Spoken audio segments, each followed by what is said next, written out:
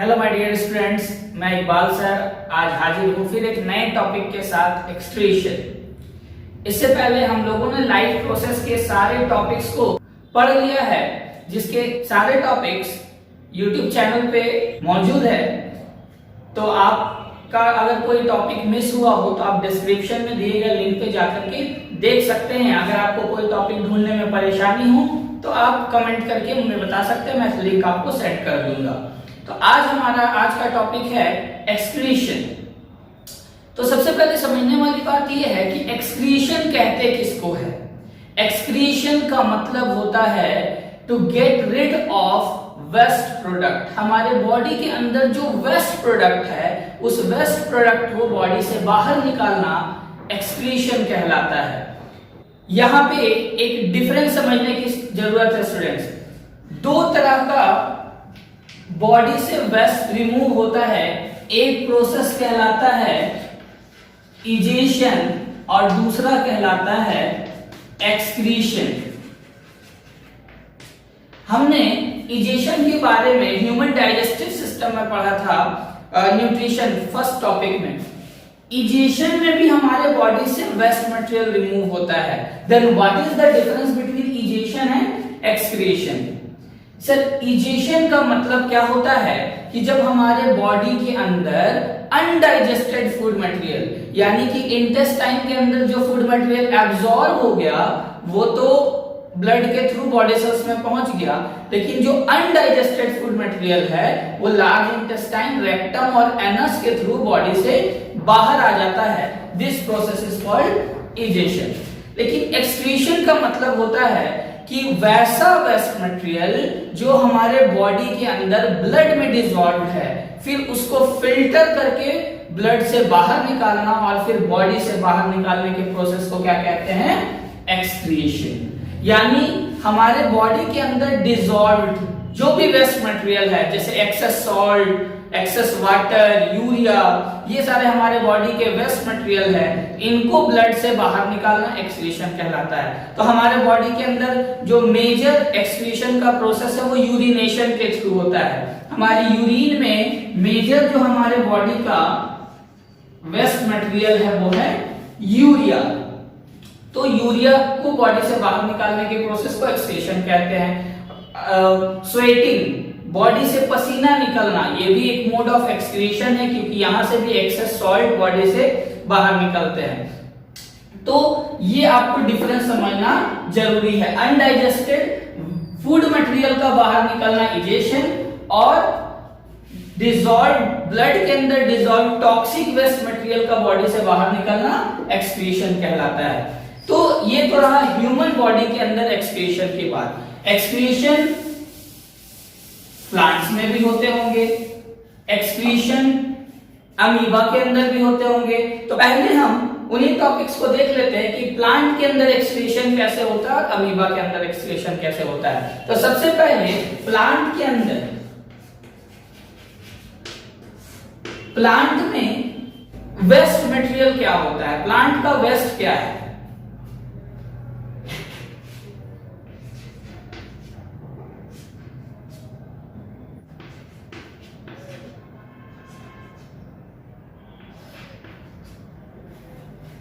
तो sir, plant का waste है कार्बन डाइऑक्साइड, वाटर वेपर्स और ऑक्सीजन गैस।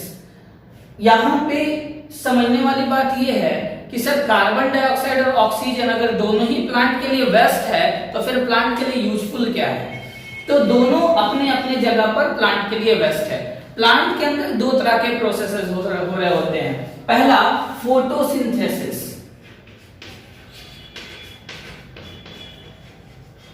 तो जब प्लांट के अंदर फोटोसिंथेसिस हो रहे होंगे तो प्लांट कार्बन डाइऑक्साइड और वाटर का यूज करेगा इन प्रेजेंस ऑफ सनलाइट।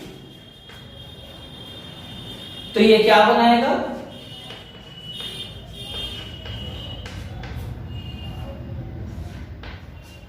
तो फोटोसिंथेसिस के प्रोसेस में जब प्लांट फूड का फॉर्मेशन कर रहा होगा तो उस समय उसके लिए ऑक्सीजन वेस्ट मटेरियल होगा। जो प्लांट ऑक्सीजन को रिमूव कर देते हैं, जिसको हम लोग इनहेल करते हैं और हमारे लिए यूजफुल होता है। तो जब फोटोसिंथेसिस हो रहा होगा तो प्लांट के लिए ऑक्सीजन वेस्ट मटेरियल होगा, लेकिन वही जब प्लांट के अंदर रेस्पिरेशन हो रहा होगा तो उस केस में प्लांट ऑक्सीजन कंज्यूम कर रहा होगा और कार्बन डाइऑक्साइड और वाटर रिमूव कर रहा होगा along with एनर्जी। तो प्लांट के अंदर जब रेस्पिरेशन होगा तो प्लांट एनर्जी फॉर्मेशन करेगा और कार्बन डाइऑक्साइड और वाटर वेपर उसके बॉडी से बाहर निकल जाएगा। तो ड्यूरिंग रेस्पिरेशन कार्बन डाइऑक्साइड और वाटर प्लांट के लिए वेस्ट मटेरियल है। तो इसलिए मैंने यहां पर carbon dioxide, water vapour and oxygen यहां पे वेस्ट मटेरियल में लिखा है। तो ये अलग अलग प्रोसेसेस में अलग अलग वेस्ट मटेरियल बनते हैं प्लांट के अंदर। तो प्लांट अपने इन वेस्ट को रिमूव कैसे करता है? तो देखिए यहां पे ये तीनों क्योंकि गैसियस वेस्ट मटेरियल है, इसलिए प्लांट स्टोमेटा के थ्रू इनको गैसियस एक्सचेंज करता है, यानी स्टोमेटा के थ्रू गैसेस को रिमूव कर देता है। लेकिन सर प्लांट के अंदर कुछ और भी वेस्ट मटेरियल होते हैं, उनको रिमूव करने का, सॉलिड वेस्ट मटेरियल को रिमूव करने का क्या प्रोसेस है? शेडिंग ऑफ लीव्स, पतझड़ में पत्तों का झड़ना। जब उनके टिप्स पे बहुत सारे वेस्ट मटेरियल एक्यूमुलेट हो जाएंगे तो वो वहां का जो टिप, वहां का जो नोड होगा वो कमजोर होगा और टूट के गिरने लगेगा। Falling off, peeling off barks, यानी कि पेड़ के छाल का छूटना, साइड साइड पे जो बार्क होते हैं वो धीरे धीरे पेड़ से अलग होने लगते हैं। तो ये भी एक तरीका है प्लांट का अपने वेस्ट मटेरियल को बाहर करने का। उसके बाद प्लांट में से गम्स, टैनिन्स वगैरह का निकलना, तो ये सारा मोड ऑफ एक्सक्रीशन है प्लांट के अंदर। अब हम देखते हैं अमीबा के अंदर एक्सक्रीशन कैसे होते हैं। तो अमीबा के अंदर जो गैसियस एक्सचेंज हो रहा होगा वो उसके सेल मेम्ब्रेन के थ्रू डिफ्यूजन प्रोसेस से हो जाएगा इजीली। लेकिन अमीबा के अंदर जो नाइट्रोजनस वेस्ट और वाटर मॉलिक्यूल होते हैं वो कॉन्ट्रैक्टाइल वैक्यूल के थ्रू एक्सक्रीट होते हैं। यानी ये जो अमीबा है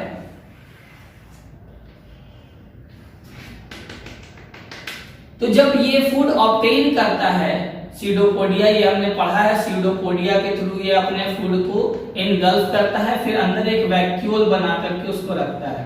तो धीरे धीरे ये वैक्यूल आगे की तरफ बढ़ते हैं और फिर ये सेल मेम्ब्रेन रप्चर होता है और ये बाहर निकल जाता है। तो अमीबा का मोड ऑफ एक्सक्रीशन क्या हुआ? कॉन्ट्रैक्टाइल वैक्यूल के थ्रू। अगर गैसियस का बात करेंगे तो डिफ्यूजन के थ्रू, और अगर नाइट्रोजनस वेस्ट का बात करेंगे जो सबसे मेजर वेस्ट मटेरियल होता है वो कॉन्ट्रैक्टाइल वैक्यूल के थ्रू अमीबा के बॉडी से बाहर आता है। तो अब हम लोग चलते हैं एक्सक्रीशन इन ह्यूमन की तरफ। हमारे बॉडी के अंदर एक्सक्रीशन कैसे होता है? तो हमारे बॉडी का जो सबसे मेजर वेस्ट है वो है यूरिया। यूरिया का फॉर्मूला NH2CO NH2। तो ये यूरिया हमारे बॉडी में आता कहां से है? यूरिया एक तरह का फर्टिलाइजर भी है। तो हमारे बॉडी के अंदर यूरिया कैसे आ गया? यूरिया का फॉर्मेशन हमारे लिवर के अंदर होता है और ये बहुत टॉक्सिक वेस्ट मटेरियल है हमारे बॉडी के अंदर। तो यूरिया और यूरिक एसिड को हमारे बॉडी से बाहर निकालना बहुत जरूरी होता है। तो कुछ हद तक हमारे स्वेटिंग के थ्रू हमारे स्वेट ग्लैंड्स उसको रिमूव कर देते हैं, एक्सेस सॉल्ट और जो यूरिया होता है उसको वाटर के साथ। लेकिन हमारे बॉडी का जो सबसे मेजर एक्सक्रीटरी ऑर्गन है वो है किडनी। किडनी हमारे बॉडी के अंदर ब्लड को फिल्टर करते हैं और उसमें से जो टॉक्सिक वेस्ट मटेरियल होते हैं उसको बाहर निकालते हैं in the form of urine. तो किडनी बीन शेप्ड ऑर्गन है जो हमारे बॉडी के अंदर पेयर में पाए जाते हैं। है ना। 2 किडनी हमारे बॉडी के अंदर प्रेजेंट होते हैं। तो जरा इनका स्ट्रक्चर देखिए, ये कैसा होता है।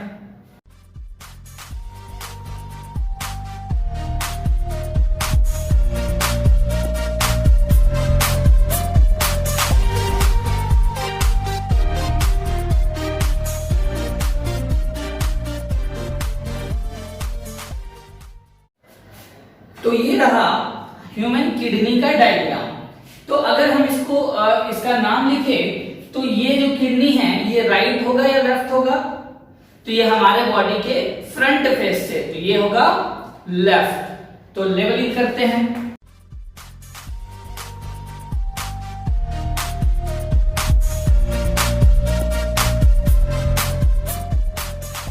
तो ये है हमारे किडनी का डायग्राम। हमारे बॉडी के अंदर पेयर ऑफ किडनी यानी 2 किडनी होते हैं जो कि आर्टरीज और वेन्स के साथ कनेक्टेड होते हैं। तो जो आर्टरी और वेन्स किडनी के साथ कनेक्टेड होते हैं उनके नाम के आगे लग जाता है रेनल। तो रेनल आर्टरी और रेनल वेन, इन दोनों किडनी में से एक ट्यूब ओरिजिनेट होता है जिसको कहते हैं यूरेटर, और वो जाकर के एक ब्लैडर के साथ कनेक्टेड होता है जहां से फिल्टर्ड जो टॉक्सिक वेस्ट होते हैं वो आकर के इसी ब्लैडर में यूरिन के फॉर्म में जमा होते हैं और वो यूरेथ्रा के थ्रू बॉडी से बाहर निकल जाते हैं with the help of sphincter muscles. तो किडनी के अंदर ऐसा क्या होता है जो कि ब्लड को फिल्टर करने में हेल्प करता है? आखिर ऐसी कौन सी मशीन है किडनी के अंदर जिसमें फिल्ट्रेशन हो जाता है? तो अगर हम किडनी के क्रॉस सेक्शनल डायग्राम को देखें तो हमको देखने पे पता चलेगा किडनी का स्ट्रक्चर कैसा होता है।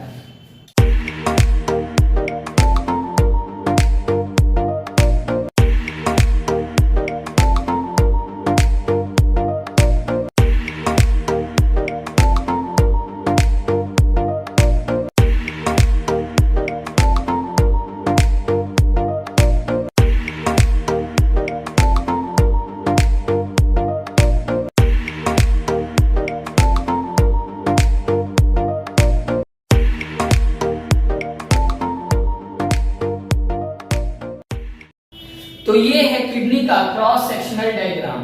अगर हम किडनी की इंटरनल स्ट्रक्चर को देखें तो इसके अंदर एक पार्ट होता है जिसको कहते हैं मेड्यूला। उसके बाद जो ये जगह बचता है इसको कहते हैं कॉर्टेक्स, और ये वाला पार्ट कहलाता है पेल्विस, जो कि रेनल आर्टरी रेनल वेन से कनेक्टेड होते हैं। तो मेड्यूला के अंदर एक ऐसे एक्सक्रीटरी यूनिट लगे होते हैं जिसके अंदर फिल्ट्रेशन होता है, और उस एक्सक्रीटरी यूनिट को हम क्या कहते हैं? नेफ्रॉन।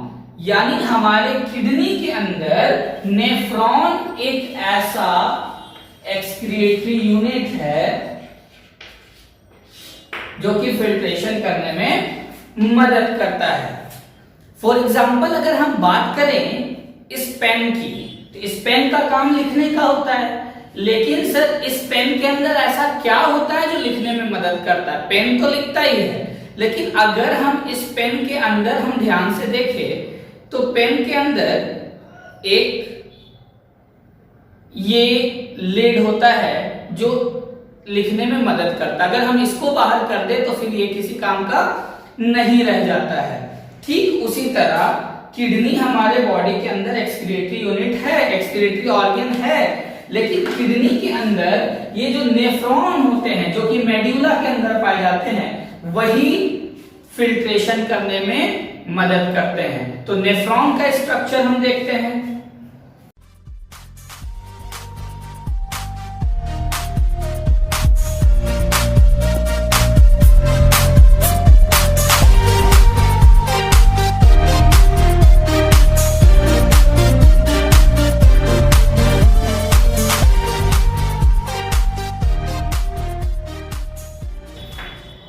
किडनी के अंदर ये जो नेफ्रॉन होते हैं, ये नेफ्रॉन मेजर 2 पार्ट में डिवाइडेड होते हैं। ऊपर एक कप लाइक स्ट्रक्चर होता है जिसको हम लोग बोमैन्स कैप्सूल के नाम से जानते हैं, और दूसरा एक ट्यूब जैसा स्ट्रक्चर होता है जिसको हम लोग ट्यूब्यूल के नाम से जानते हैं। तो नेफ्रॉन के मेजर 2 सेगमेंट होते हैं, Bowman's capsule and tubule.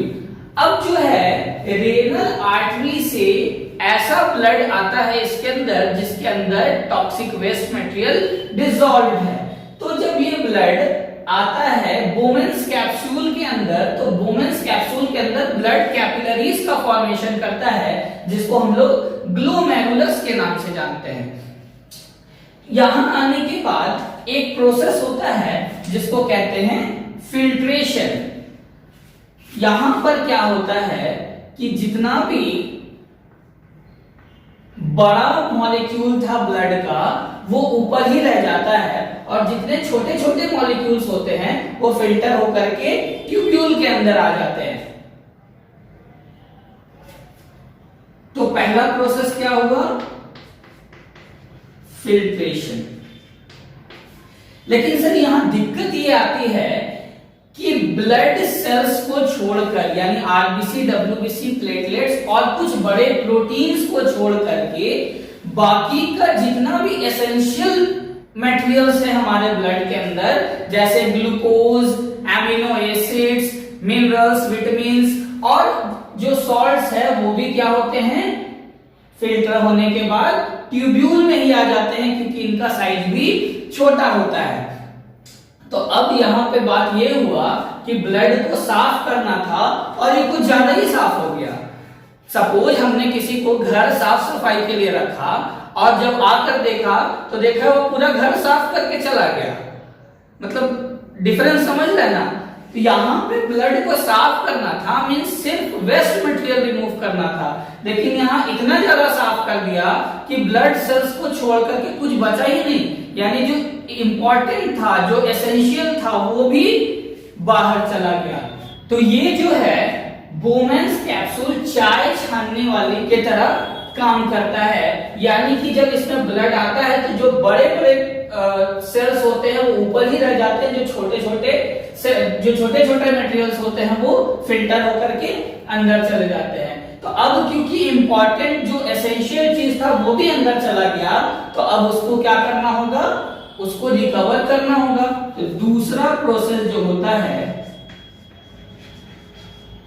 Reabsorption का, यानी ये जो ब्लड आया, ब्लड सेल्स अब बच गए और सारे एसेंशियल चीज नीचे चले गए, तो ये जो है एट्रियोल वापस से जा करके उससे रीएब्जॉर्प्शन करेगा और वाटर, मिनरल्स और ग्लूकोज और जो भी जरूरी चीज है उसको रीएब्जॉर्ब करेगा और रीएब्जॉर्ब करने के बाद क्लीन ब्लड के फॉर्म में, clean blood with essential nutrients, ये फिर पूरे बॉडी में सप्लाई होगा।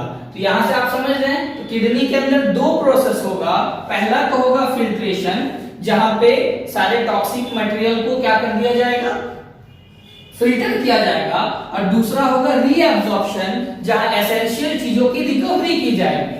अब जब ये एसेंशियल चीज को लेके ब्लड बाहर चला गया तो इस ट्यूब्यूल के अंदर सिर्फ और सिर्फ क्या बच गया? सिर्फ और सिर्फ टॉक्सिक वेस्ट बच गया, जो कि यहां पे यूरिन कलेक्टिंग डक्ट में आएगा और इसी तरीके से इस ट्यूब से बहुत सारे नेफ्रॉन्स जुड़े होंगे।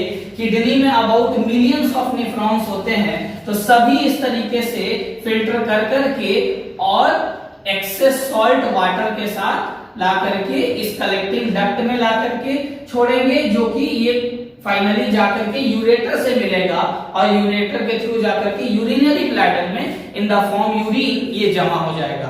तो इस तरीके से हमारे बॉडी के अंदर फिल्ट्रेशन होता है, हमारा ब्लड क्लीन होता है।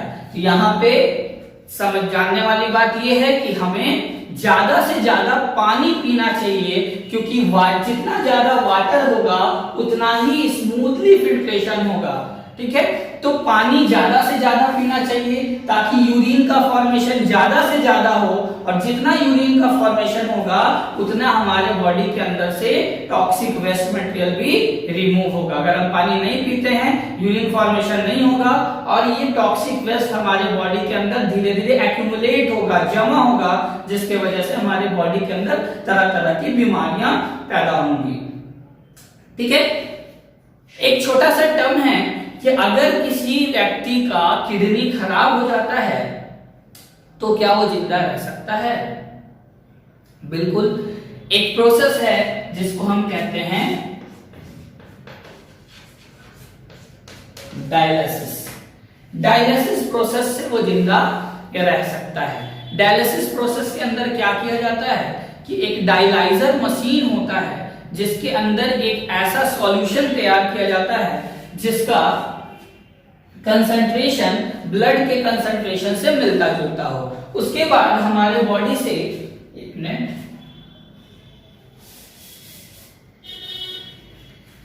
ये एक डायलाइजर मशीन होता है।